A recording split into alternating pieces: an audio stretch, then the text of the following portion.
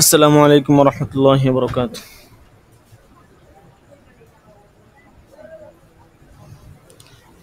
জি, আশা করি সকলেই ভালো আছেন।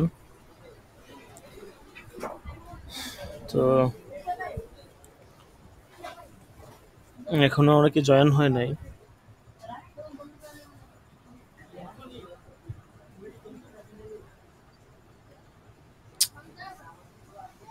অনেকে দেরিতে আসে, বিলম্বে আসে, আর আমাদের ওদিকে লেট হয়ে যায় শেষ করতে করতে। সময় মতো সকলেই চলে আসলে একটু তাড়াতাড়ি দরজ শেষ করা যায়। আর প্রতিদিন আর দরজ প্রতিদিন না করলে আমরা পিছিয়ে যাবো, এমনিতে অনেকটা পিছিয়ে গেছি। পরীক্ষা হয়েছে, সব মিলে আমাদের পরিস্থিতির কারণে দরজ বন্ধ ছিল। ঠিক আছে, সকলে একটু মনোযোগ দিয়ে ধরি। আল্লাহ আসবাহন নাজায়ের পিডিএফ এর 48 নম্বর পৃষ্ঠা আর কি, এখান থেকে হবে আজকে।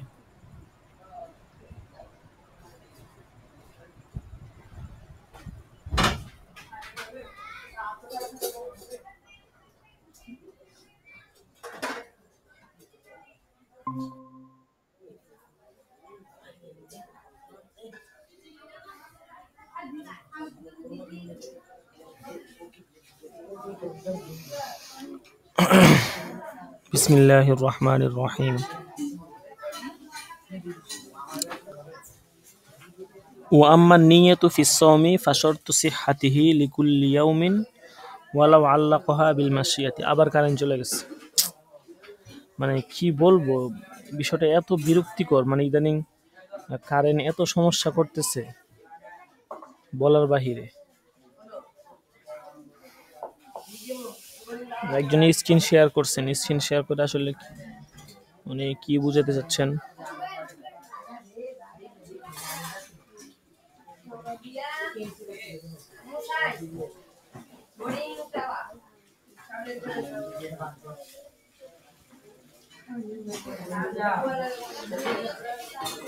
আবার চলে গেছে কারেন্ট। আমার ফোনেও চার্জ নাই, ল্যাপটপে কিছুটা চার্জ আছে। তো ফোনে চার্জ নাই, তো ল্যাপটপে তো মনে করেন আপনার হটস্পট দিয়ে ফোন থেকে নিতে হয়। এইভাবে আসলে হয় বলেন তো? মানে সবকিছুর একটা সীমা থাকা দরকার। দিনে মনে করেন 24 ঘন্টার 20 ঘন্টায় কারেন্ট থাকে না, এরকম একটা অবস্থা শুরু হয়েছে। ইদানিং এই সমস্যাটা বেশি করতেছে।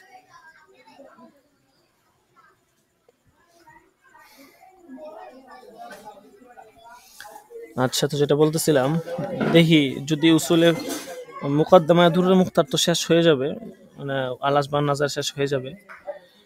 যদি আপনার ওই বহুসফি কাজা না হয়, এটা ইনশাল্লাহ দেখি আগামীকাল আমরা করে ফেলবো, এটা আলাদাভাবে। ধরেন সকলে মনোযোগ দিয়ে ধরি, প্রয়োজনে আমরা হাজিরা আগামীকাল ডাকবো। ওয়া আম্মা নিয়্যাতু ফিস সাওমি ফাশারতু সিহহাতিহি লিকুল্লি ইয়াউমিন। বলতেছে নিয়ত ফিস সাওম, অর্থাৎ রোজার জন্য নিয়ত করা, এটা বলতেছে ফাশারতু সিহহাতিহি, শুদ্ধ হওয়ার শর্ত হচ্ছে লিকুল্লি ইয়াউম, প্রত্যেক দিন। অর্থাৎ প্রত্যেক দিন রোজার নিয়ত করতে হবে।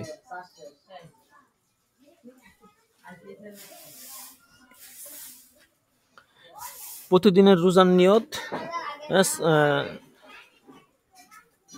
আপনার আলাদা করতে হবে। প্রতিদিনের রোজা শুদ্ধ হওয়ার জন্য নিয়ত শর্ত। এমন না যে আপনি প্রথম দিনের রোজার নিয়ত করে ফেলছেন, এরপরে বাকি দিনের রোজা অটু হয়ে যাবে, এরকম না। প্রতিদিনের রোজার জন্য আলাদা আলাদা নিয়ত লাগবে। জি।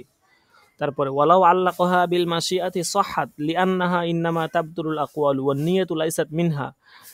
বলতেছে ওয়ালাউ আল্লাকুহা বিল মাশিয়াতি, যদি সে এই নিয়তকে মাশিয়াত তথা ইনশাআল্লাহর সাথে সম্পৃক্ত করে দেয় তাহলেও নিয়ত সহিহ হবে। লিআন্নাহা ইন্নামা তাবতুলুল আকওয়াল, কারণ ইনশাআল্লাহ এটা আকওয়ালকে বাতিল করে, নিয়তকে না। নিয়ত আকওয়ালের অন্তর্ভুক্ত না, নিয়ত হচ্ছে অন্তরের বিষয়। ঠিক আছে, নিয়ত হচ্ছে কি অন্তরের বিষয়। অন্তরে আপনার নিয়ত পোষণ হয়, মুখে বলার দ্বারা কিন্তু নিয়ত হয় না। আপনি মুখে একটা বললেন কিন্তু অন্তরে নিয়ত নাই, এর দ্বারা কি বোঝা গেল যে নিয়ত এটা মিন জিনসে কলব, কলবের থেকে, এটা কলব থেকে হয়, আর আকওয়াল এটা মুখ থেকে হয়। তো এই জন্য নিয়ত এটা হচ্ছে আপনার এটা ইনশাল্লাহ বলার দ্বারা নিয়ত শুদ্ধ হবে, যেহেতু এটা আকওয়ালের অন্তর্ভুক্ত না। ও নিয়তু লাইসাত মিনহা, আর নিয়ত এর অন্তর্ভুক্ত নয়। আল ফরজ ওয়া সুন্নাতু ওয়ান নফলু ফি আসলিহা সাওয়ান, বলতেছে নিয়তের ক্ষেত্রে ফরজ সুন্নত, হ্যাঁ যেটাই বলেন না কেন সবগুলি হচ্ছে সমান। ওয়া আম্মাল হজ্জু ফাহিয়া শর্তু সিহাতিহি আইজন, আর হজের ক্ষেত্রেও ফাহিয়া শর্তু সিহাতিহি আইজন, এই ক্ষেত্রেও আপনার নিয়ত লাগবে। ফরজান কানা আও নফলান, ফরজ হোক অথবা নফল হজ হোক। ওয়াল উমরাতু কাযালিকা, উমরার ক্ষেত্রেও সেম, নিয়ত লাগবে, নিয়ত লাগবে, নিয়ত ছাড়া শুদ্ধ হবে না। ওয়ালা তাকুনু ইল্লা সুন্নাতান, এবং বলতেছে যে ওয়ালা তাকুনু ইল্লা সুন্নাতান,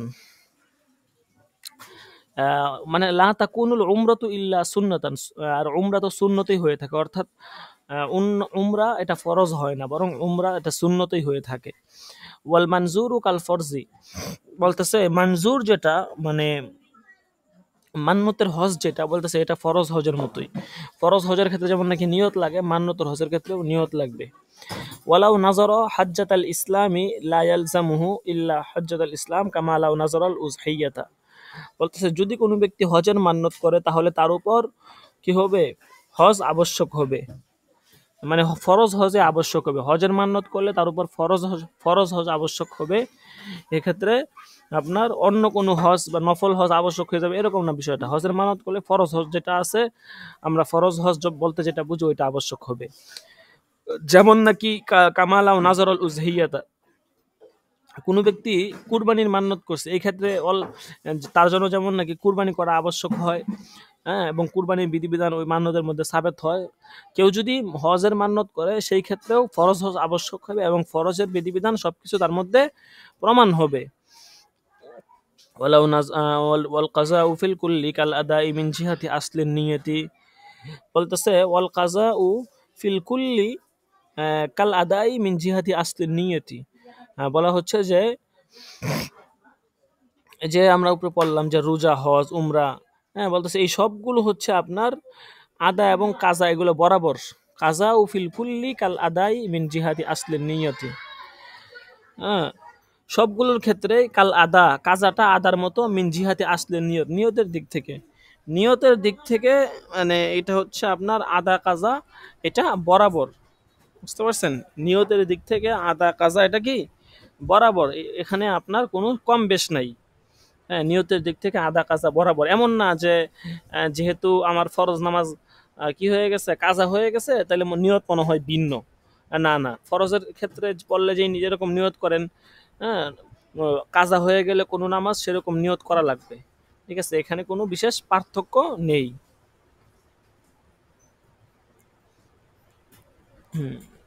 আচ্ছা,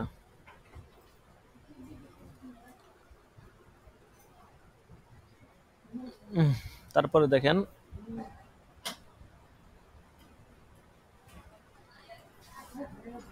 ওয়াম্মাল ইআতিকাফু ফাহিয়া শর্তু সিহহাতিহি ওয়াজিবান কানা আও ওয়াজিবান কানা আও সুন্নাতান আও নফলান। হ্যাঁ, বলতেছে আচ্ছা এখানে একটু কথা আছে, এটা একটু বলে নেই, একটু ব্যাখ্যা আছে। আহ,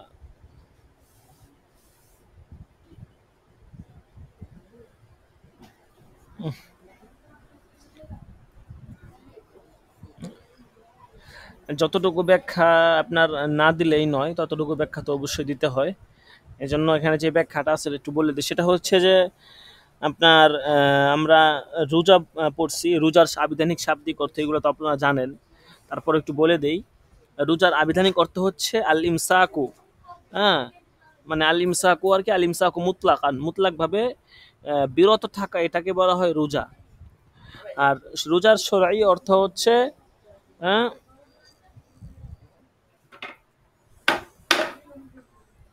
হুয়াল ইমসাকু নাহারন আন ইদখালি শাইইন আমদান আও খাতআন বাতনান আও মালাহু হুকমুল বাতিনি ওয়া আন শাহওয়াতিল ফরজি বিনিয়াতিন মিন আহলিহি। অর্থাৎ সারাদিন ইমসাক আন নাহার আন ইদখালি শাইইন আমদান আও খাতআন, অর্থাৎ সারাদিন পেটে কোনো কিছু আপনার প্রবেশ করানো থেকে বিরত রাখা, পেটকে বিরত রাখা, এবং আও মালাহু হুকমাল বাতিন, কোনো বস্তু পেটে প্রবেশ করানো, ওয়া আন শাহওয়াতিল ফরজ বিনিয়াত মিন আহলিহি, এবং নিজের স্ত্রী সহবাস থেকে দূরে থাকা, এগুলো হচ্ছে রোজার নিয়তে করা। এটাকে বলা হয় রোজা। ঠিক আছে, এই হচ্ছে রোজার আবিধানিক এবং পারিভাষিক অর্থ। এরপরে আপনার মান্যতের যে বিষয়টা আসছে, এখানেও কিছু কথা আছে। সেটা হচ্ছে যে মান্যতের জন্য আপনার কয়েকটা শর্ত আছে। এটা আপনারা জানেন যে 5টা শর্ত লাগবে মান্যত শুদ্ধ হওয়ার জন্য। যদি এই 5টা শর্ত পাওয়া যায় তাহলে মান্যতটা শুদ্ধ হবে, অন্যথায় শুদ্ধ হবে না। এর মধ্যে 1 নাম্বার হচ্ছে যে বিষয়ের মান্যত আপনি করতেছেন ওই বিষয়টা কোনো গুনাহের বিষয় হইতে পারবে না, ভালো বিষয়ে মান্যত করা লাগবে। 2 নাম্বার শর্ত হচ্ছে মান্যতের করার আগে যে বিষয়ের মান্যত করতেছেন ওই বিষয়টা আপনার উপর আবশ্যক হতে পারবে না। যেমন আপনি কুরবানির মান্যত করতেছেন, ভালো কাজ, কুরবানি গুনাহের বিষয় না, ভালো কাজের বিষয়, সওয়াবের বিষয়, জন্য মান্যত শুদ্ধ হবে। এখন কুরবানি আপনার উপর আগে থেকে একটা আবশ্যক হয়ে আছে, সেটার মান্যত আপনি করতেছেন, যদি এমন হয় তাহলে কি হবে না, আপনার কুরবানি শুদ্ধ হবে না। যদি আপনার উপর কুরবানি আবশ্যক না হয়ে থাকে সেই ক্ষেত্রে আপনি মানত করেন, মানত শুদ্ধ হবে। কুরবানি একটা আবশ্যক হয়ে আসে তারপর আপনি মানত করছেন, এটা হবে, এরকম হলে হবে না। 3 নাম্বার শর্ত হচ্ছে যে বিষয়ের মান্যত করবেন সেটা আপনার মালিকানায় হতে হবে, মালিকানার বাহিরের কোনো বিষয়ের মান্যত করে বসলে হবে না। যেমন আপনি বলতেছেন আকাশে একটা পাখি উড়ে যাচ্ছে, আপনি বললেন যে এই পাখিটাকে আমি ধরে জবাই করার মানত করলাম না, বা এরকম কোনো কিছু বললেন যেটা আপনার মানে সাধ্যের ভিতরে না আর কি, আপনার পরিমাণ সাধ্যের ভিতরে না, সাধ্যের বাহিরের বিষয়ে মান্যত করলে আদায় হবে না। অন্যের মালিকানাধীন জিনিসের মান্যত করছেন সেইগুলো আদায় হবে না। ঠিক আছে, এগুলো 4 নাম্বার শর্ত। 5 নাম্বার শর্ত হচ্ছে যে বিষয়ের মান্যত করছেন ওই মান্যতকৃত জিনিসটা অসম্ভব না হওয়া। হ্যাঁ, যেমন কেউ গতকালকের রোজার মান্যত করছে, এখন আপনি বলেন গতকালকের রোজার মান্যত করা এটা কি সম্ভব? গতকালকে চলেই গেছে, গতকালকে রোজাকে আবার রাখতে পারবেন আপনি?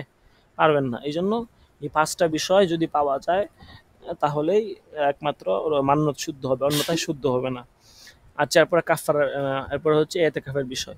ওয়া আম্মাল ইতিকাফু ফাহিয়া শর্তু সিহাতিহি ওয়াজিবান কানা আও সুন্নাতান আও নফলান। ইতিকাফের ক্ষেত্রে বলা হচ্ছে যে এটা আপনার শুদ্ধ হওয়ার জন্য শর্ত, ওয়াজিব হোক, সুন্নত হোক, অথবা নফল হোক। ওয়া আম্মাল কাফারাতু ফানিয়াতু শর্তু সিহাতিহা ইতকান আও সিয়ামান আও ইতআমান।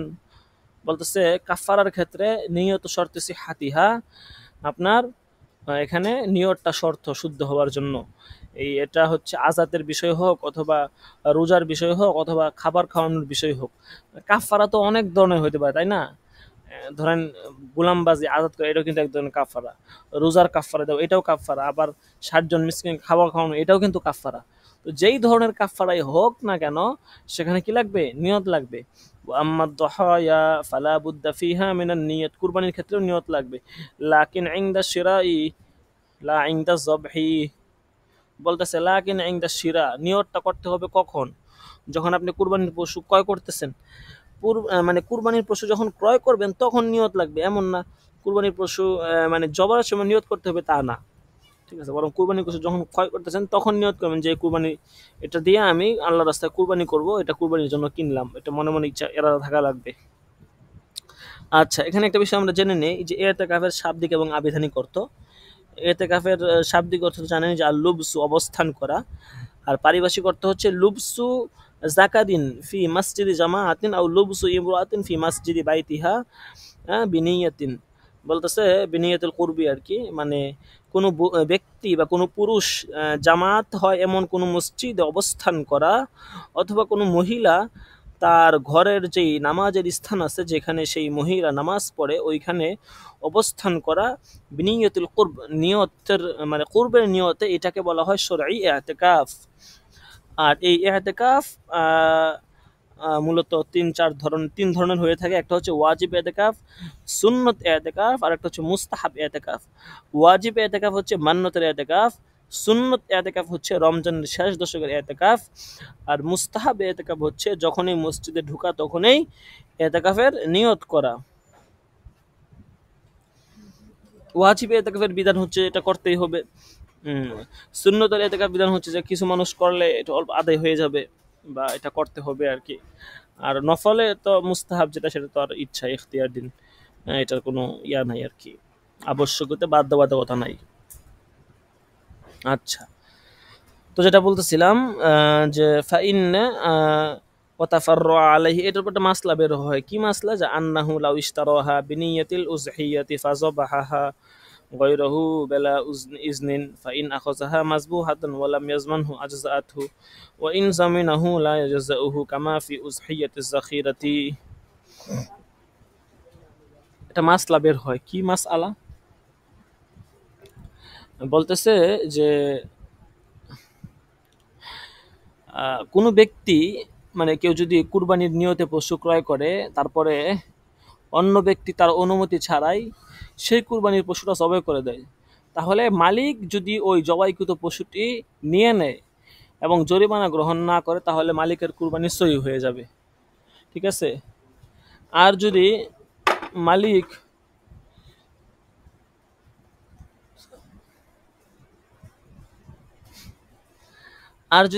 আপনার তার থেকে জরিমানা নেয়, তাহলে শুদ্ধ হবে না।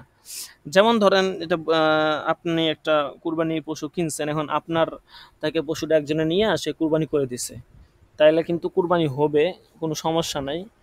কিন্তু আপনি যে আপনার কাছ থেকে নিয়ে আপনার অনুমতি জমা করে দিছে, তার কাছ থেকে আপনি জরিমানা নিতে পারবেন না। যদি জরিমানা নেন তাহলে কিন্তু কুরবানি কি হবে না? শুদ্ধ হবে না। আর যদি জরিমানা না নেন তাহলে শুদ্ধ হয়ে যাবে, এটাই বলছে।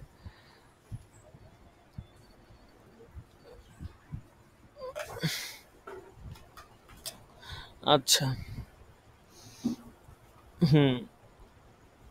কামাফি উযহিয়াতিজ যাখিরা, যেমনটা আপনার কোথায় হয়,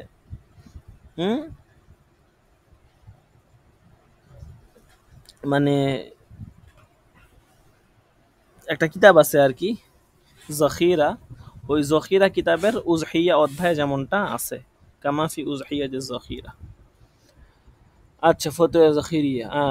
ওয়াহাদা ইযা যাবাহাহা আন নাফসিহি ওয়া আম্মা ইযা যাবাহাহা আন মালিকিহা ফালা যামানা আলাইহি। বলতেছে অনুরূপভাবে, বলতেছে হাদা ইযা যাবাহা আন নাফসিহি, বলছে এইটা হচ্ছে ওই সূরত যখন জবাইকারী নিজের পক্ষ থেকে জবাই করবে। জবাইকারী নিজের পক্ষ থেকে জবাই করলে এই সূরত। আর যদি জবাইকারী যদি মালিকের পক্ষ থেকে জবাই করে, তাহলে কোনো জরিমানা আদায় করতে হবে না। মালিক তো বইলেই দিছে, তাহলে মালিক বলে দিলে আবার জরিমানা কিসের? যদি জবাইকারী নিজের পক্ষ থেকে জবাই করে, মালিক বলে নাই, সে জবাই করে বসে আছে, ও তখন হচ্ছে এই সূরত যে মালিক যদি তখন তার কাছ থেকে জরিমানা নেয়, তাহলে মালিকের থেকে আদায় হইব না। আর যদি মালিক জরিমানা না নেয়, তাহলে মালিকের পক্ষ থেকে আদায় হয়ে যাবে। আর মালিক যদি বইলেই দেয়, অনুমতি দেওয়া দেয়, তাহলে তো আর জরিমানা কোনো মাসলা আসে না, এই আর কি।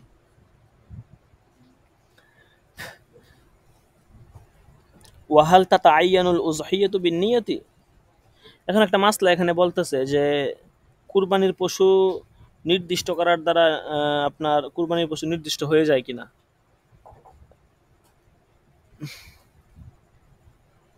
নিয়তের মাধ্যমে কুরবানি নির্ধারণ হয়ে যায় কিনা বলতেছে। এই ব্যাপারে মাশায়েখ কেরাম বলছেন যে ইনকানা ফকিরন, যদি সে দরিদ্র হয়, তাহলে ফাকাদ ইশতারাহা বিনিয়াতিহা, যদি দরিদ্র হয় এবং সে ক্রয় করে কুরবানির নিয়তে, তা নির্দিষ্ট হয়ে যাবে। ফালাইসা লাহু বাইউহা, এক্ষেত্রে তার বিক্রি করা জায়েজ নেই। ওয়া ইন কানা গনিয়ান, আর যদি ধনী হয়, লাম তাতায়ান, তাহলে তার জন্য কি হবে না? নির্ধারিত হয়ে যাবে না। অর্থাৎ দরিদ্র হইলে এটা তার জন্য হচ্ছে আপনার নির্দিষ্ট হয়ে যাবে আর কি, যেই পশুটা কুরবানির নিয়তে করবে, কিনবে আর কি, ওই পশুটাই তাকে কুরবানি দিতে হবে। আর যদি মনে করেন ধনী হয়, তাহলে এই ক্ষেত্রে এটা তার নির্ধারিত হবে না, সে এখানে একটা মানে পরিবর্তন করতে পারবে। ঠিক আছে, হচ্ছে মাসলা। আচ্ছা, বলতেছে ওয়াস-সহিহু আন্নাহা তাতাআয়্যানু মুতলাকান। সহিহ কথা হচ্ছে যে আন্নাহা তাতাআয়্যানু মুতলাকান, মুতলাক ভাবে এইটা কুরবানির জন্য নির্ধারিত হবে। এটাই হচ্ছে সহিহ মাসলা, যে এটা দিতে হবে এরকম না বিষয়টা। ঠিক আছে? ফায়াতাসাদ্দাকু বিহাল গনিয়্যু বা'দা আইয়ামিহা হাইয়াতান। বলতেছে এইজন্য ধনী ব্যক্তি যে আছে, এই ধনী ব্যক্তি আহ ফায়াতাসাদ্দাকু বিহাল গনিয়্যু, ধনী ব্যক্তি এটা সদকা করে দিবে বা'দা আইয়ামিহা হাইয়াতান, কুরবানির দিন চলে যাওয়ার পরে জীবিত। অর্থাৎ মনে করেন আপনার কি হয়ে গেছে, কুরবানির দিন চলে গেছে কিন্তু এখনো সে এটা কুরবানি করতে পারে নাই, তাহলে বলতেছে ধনী ব্যক্তি এটা কি করে দিবে, সদকা করে দিবে। ওয়ালাকিন লাহু আইয়ুকিমা গায়রুহা মাকামাহা কামা ফিল বাদাই মিনাল উযহিয়াতি। বলতেছে ধনী ব্যক্তির জন্য এটা জায়েজ আছে ওই পশুর পরিবর্তে অন্য পশু জবাই করা। যদি সে এটা করতে চায় তাহলে এটা করতে পারবে, কোনো সমস্যা নাই। কলু ওয়াল হাদায়া কাল আজায়া। হ্যাঁ, বলতেছে মাশায়েখ কেরাম বলেছেন যে হাদির যেই পশু আছে, হজ করতে গেলে যে হাদির পশু থাকে ওই পশুর ক্ষেত্রে এই কুরবানির পশুর বিধানেই প্রমাণিত হবে।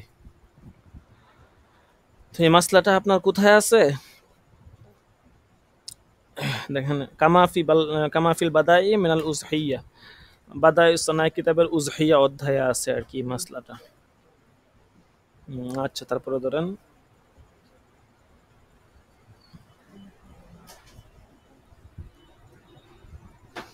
ওয়া আম্মাল ইতকু ফাইনদানা লাইসা বিইবাদাতিন ওয়াজআন।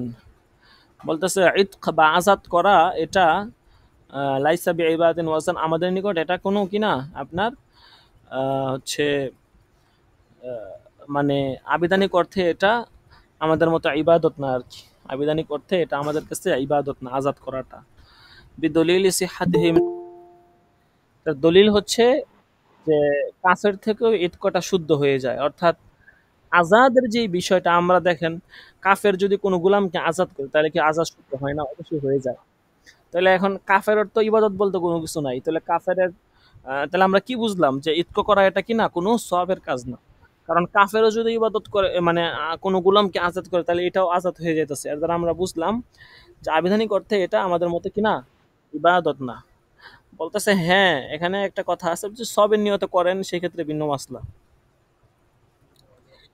ওয়ালা ইবাদাত ইবাদাত না ফাইন নাওয়া ওয়াজহাল্লাহ, এই যেটাই বলছে ফাইন নাওয়া ওয়াজহাল্লাহ তাআলা কানা ইবাদাতান মুসাবান আলাইহা ওয়াইন আতাকা বেলা নিয়তিন সাহহা।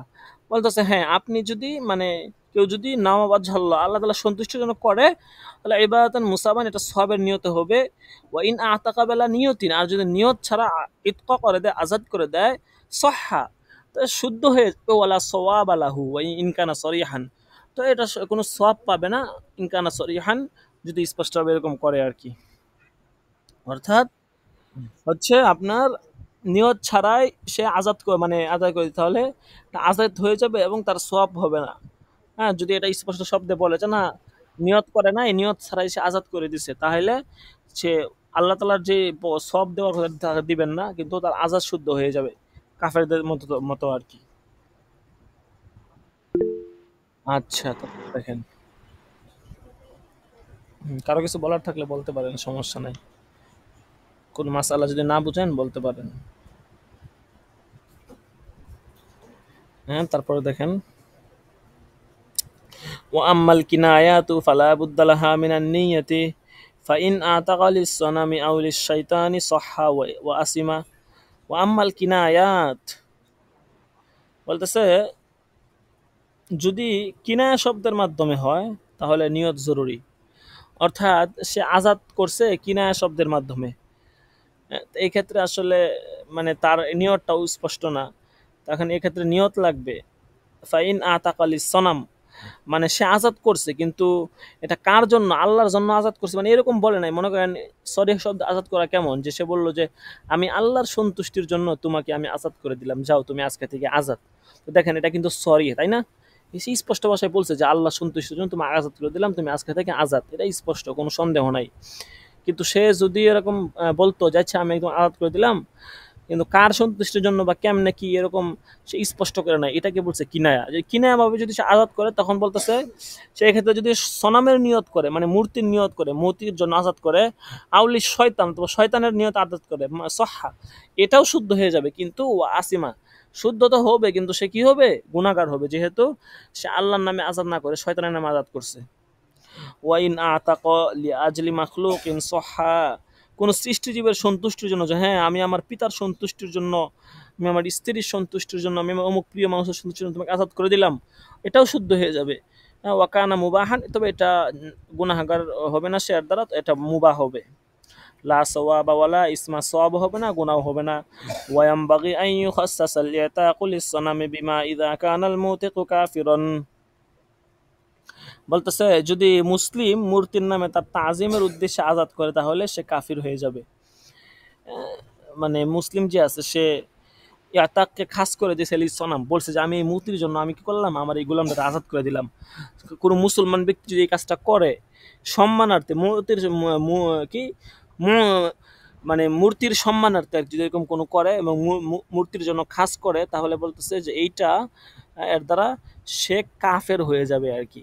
একটা হচ্ছে যে সম্মানার্থে না, এমনিতে মূর্তির নাম বলে আজাদ করে দিছে মূর্তির নাম বলে, আর একটা হচ্ছে যে না সে মূর্তির সম্মানার্থে আজাদ করছে, মূর্তির এরকম এর বিষয়ে স্পষ্ট করছে, তাহলে কিন্তু সে কাফের হয়ে যাবে। আম্মাল মুসলিমু ইযা আতাকা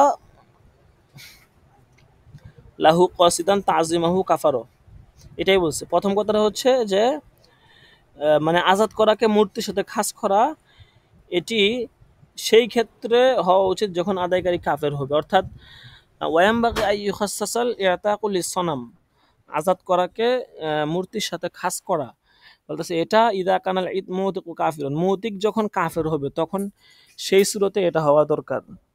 মুতিক যখন কাফের হবে সেই সুরতে এটা হওয়া দরকার।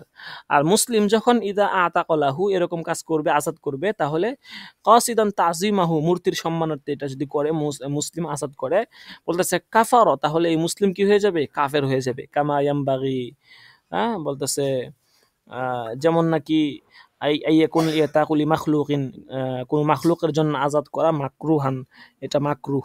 কোনো মাখলুকের জন্য আজাদ করা যেমন নাকি মাকরুহ, অনুরূপভাবে কোনো মূর্তির সন্তুষ্টির জন্য তাজিমের জন্য হ্যাঁ আজাদ করা, এটা সে মুসলমান কাফের হওয়ার জন্য যথেষ্ট।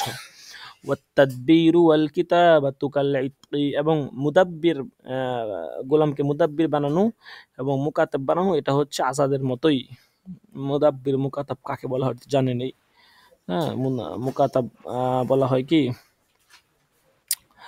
মুদাব্বার বলা হয় কাকে, যে গোলামকে বলে দিছে যে আমার মৃত্যুর পর তুমি আজাদ, এটা হচ্ছে মুদাব্বার গোলাম।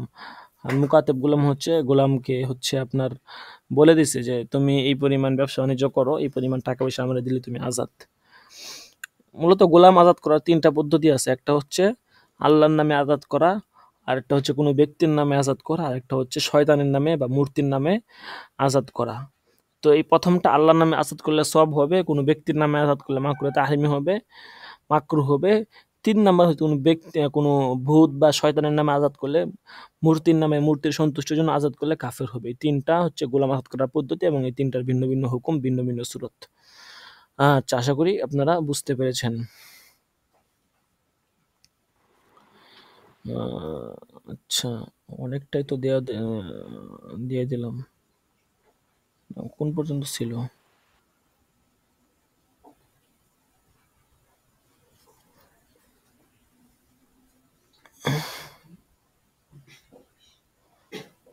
ও আম্মাল ইতকু ফাইনদানা লাইসা বে ইবাদাতিন, এ পর্যন্ত ছিল আর কি।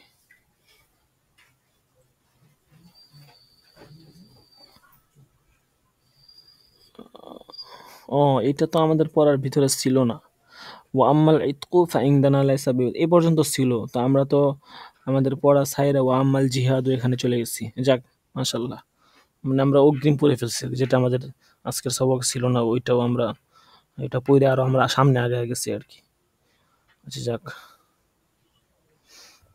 তো এই হচ্ছে আল্লাহ সুবহানাহু ওয়া তাআলার পড়া আজকে এ পর্যন্তই।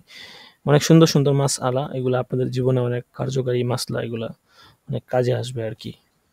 যদি কারো কোনো প্রশ্ন থাকে করতে পারেন।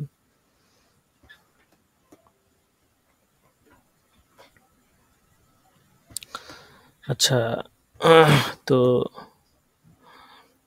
আমরা এখন ইয়া কিস্তির যে আলোচনাটা আছে ওইটা আমরা একটু দেখে নিই। আসলে কিস্তির ১ম যে অধ্যায়টা এটা কিন্তু আমরা পড়ছি।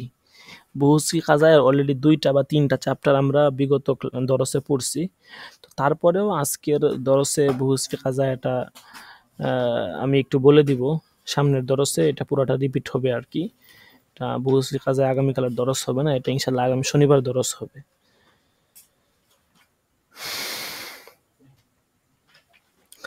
তো বুহুসি কাজায়া এটা কিন্তু আপনার খুব সুন্দর একটা কিতাব এবং এটা জরুরি।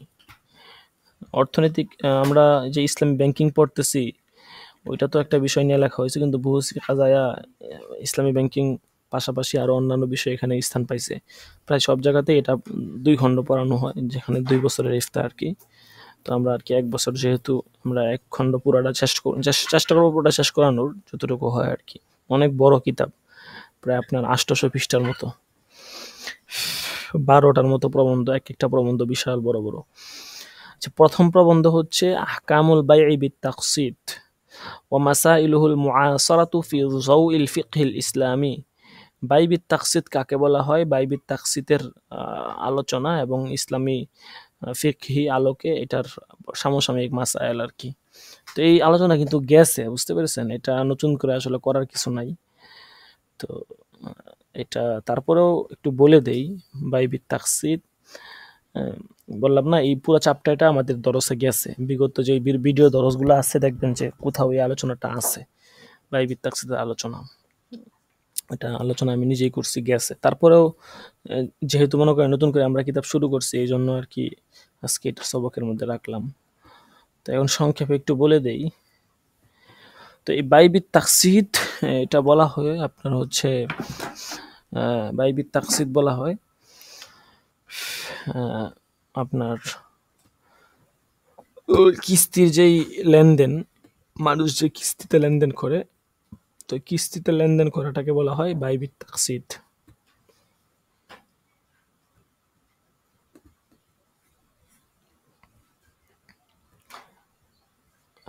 কিস্তিতে লেনদেনকে বলা হয় বাই বিত-তাকসিত আরকি।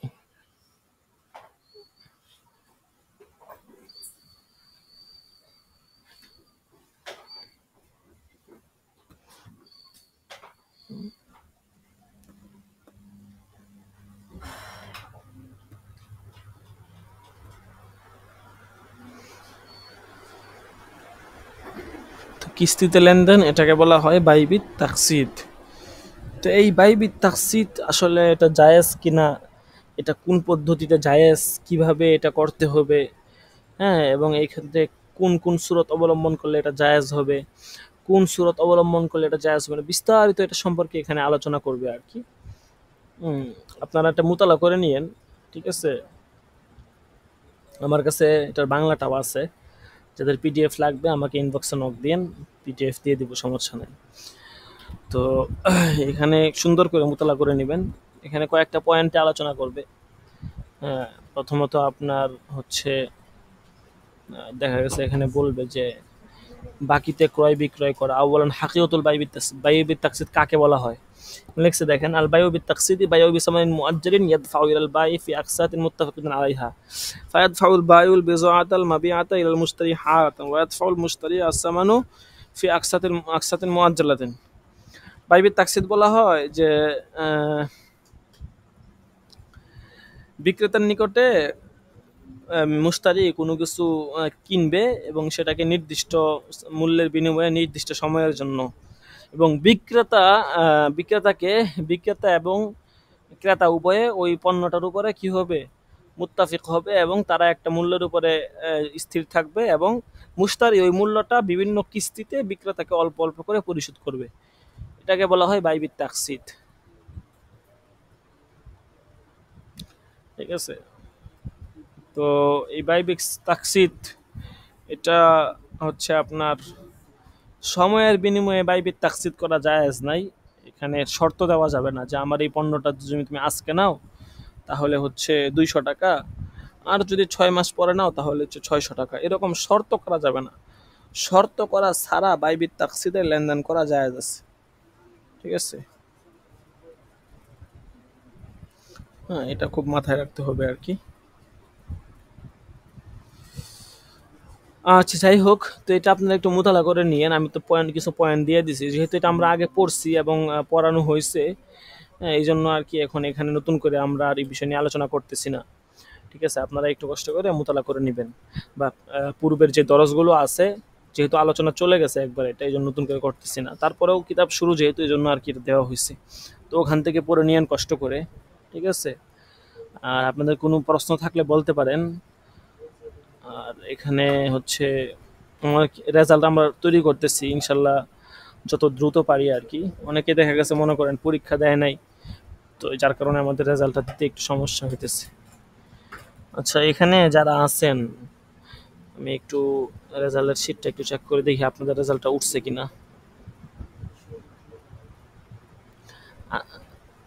আজকে তো আপনারা একদম মাত্র 4-5 জন আছেন: রাকিব হাসান, মাহফুজ বিন কাসেম, এমদাদুল্লাহ সাইফ।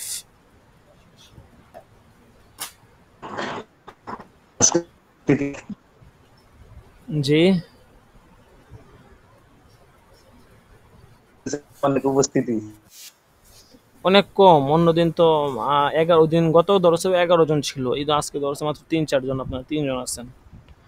বুঝলাম না, বছরের মাঝখানের সময়টাতে এমন একটা অবস্থা যায়, পোলাপানের মধ্যে একটা অবহেলা, এটা প্রতি বছর আমরা দেখি আর কি, মানে সীমাহীন অবহেলা আর কি। যারা নিয়মিত দরস করে সাইদ ভাই জানি তারা পর্যন্ত দরসে আসে না আর কি, বুঝতে পারছেন। আবার যখন বছরের শুরুতে আর হচ্ছে বছরের শেষে, এই দুইটা সময়ে হচ্ছে আমাদের দেখলাম যে, আমরা বিগত অভিজ্ঞতা থেকে বলি আর কি, ছাত্ররা খুব অ্যাক্টিভ থাকে এই দুইটা সময়েতে, বছরের শুরুতে এবং বছরের শেষে।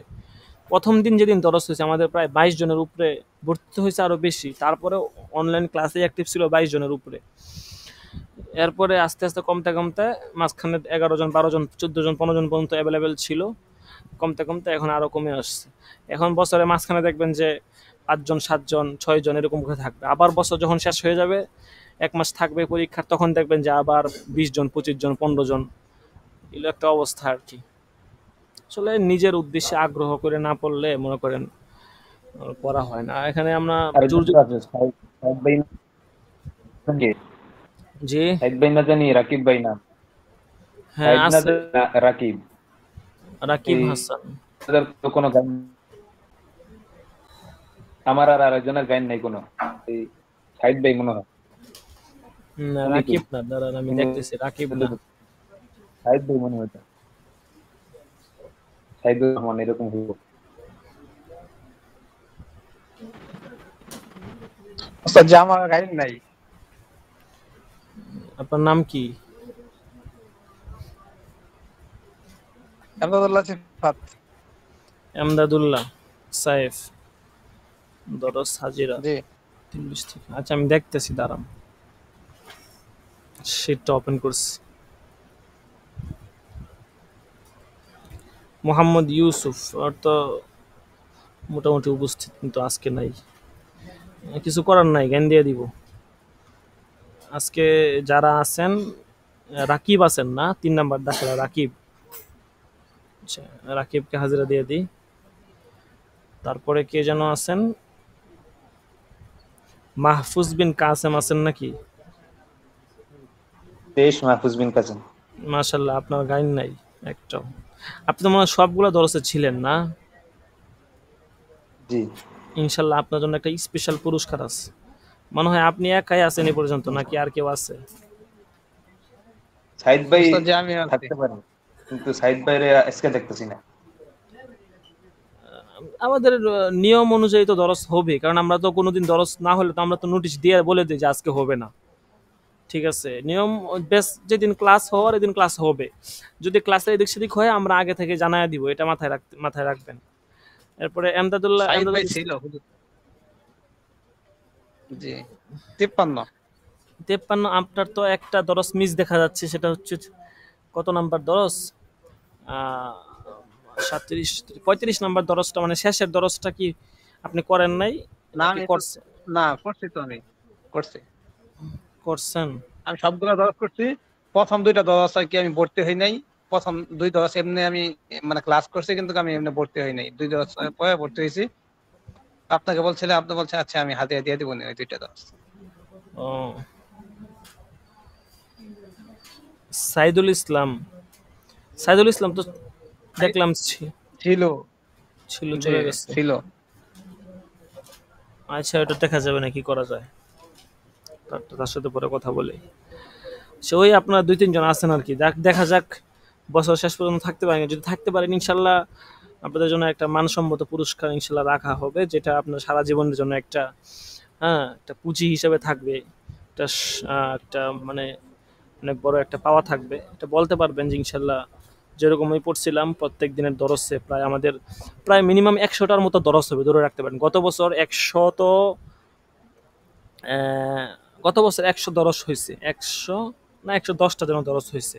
তো এই বছরও ইনশাল্লাহ 100 তো পৌঁছাবে অবশ্যই। 37 নাম্বার চল, দ্বিতীয় শ্রেণিক পরীক্ষা পর্যন্ত প্রায় 70-75 হয়ে যাবে আর কি। হ্যাঁ, আর বার্ষিক পরীক্ষা আমরা আগে নিতে পারি না, কারণ আমরা লেট হয়ে যায় আর কি। ঠিক আছে, সবাই বিভিন্ন, কারণ সবাই মনে করেন বিভিন্ন প্রতিষ্ঠানে আছে, বেফাকের কাজ নিয়ে থাকে, তো আগে নিলে দেখা গেছে সবার ভিতরে একটা পেরেশানি কাজ করে। তো আজ দেখি কি করা যায়, কেমনে কি করা যায়, পরেরটা পরে দেখা যাবে ইনশাল্লাহ। আচ্ছা, যাই হোক, তো ইনশাল্লাহ পড়তে থাকেন। আর ইনশাল্লাহ আমাদের তো উস্তাদরা আছেন, হেল্প করবেন। তামরিনগুলো যারা লেখেন নাই, আচ্ছা এখানে আমি যেটা বলতেছিলাম, ইয়াটা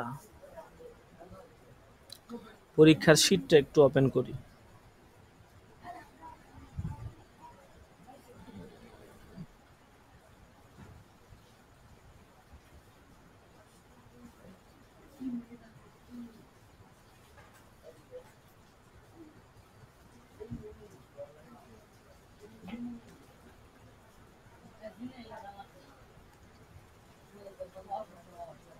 প্রথম সাময়িক,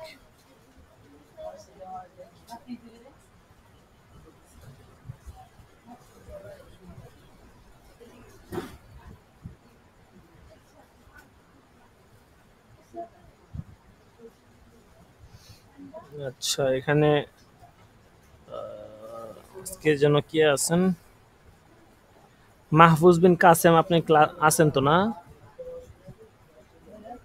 জি। আচ্ছা, আর আছেন মাহফুজ বিন কাসেম, আর আছেন এমদাদুল ইসলাম। আচ্ছা, আপনার নাম্বারটা উঠে গেছে, মাহফুজ বিন কাসেম। আচ্ছা, আপনি আমাকে একটু হোয়াটসঅ্যাপে নক দেন, মাহফুজ বিন কাসেম। আপনি আমাকে একটু হোয়াটসঅ্যাপে নক দেন, এখনই নক দেন। হ্যাঁ, এখনই একটু হোয়াটসঅ্যাপে এখনই ক্লাস চলা হচ্ছে? এখনই নক দেন, সমস্যা নাই, আমি দরজ এখনই? কিনছি। হ্যাঁ, নক দেন। দরজ এখানে শেষ ইনশাল্লাহ, আগামী সোমবার দিন আবার দরজ হবে, সকলে ইনশাল্লাহ সমত উপস্থিত থাকবো। আচ্ছা, আসসালামু আলাইকুম ওয়া রাহমাতুল্লাহি ওয়া বারাকাতুহু। ওয়ালাইকুম আসসালাম ওয়া রাহমাতুল্লাহ।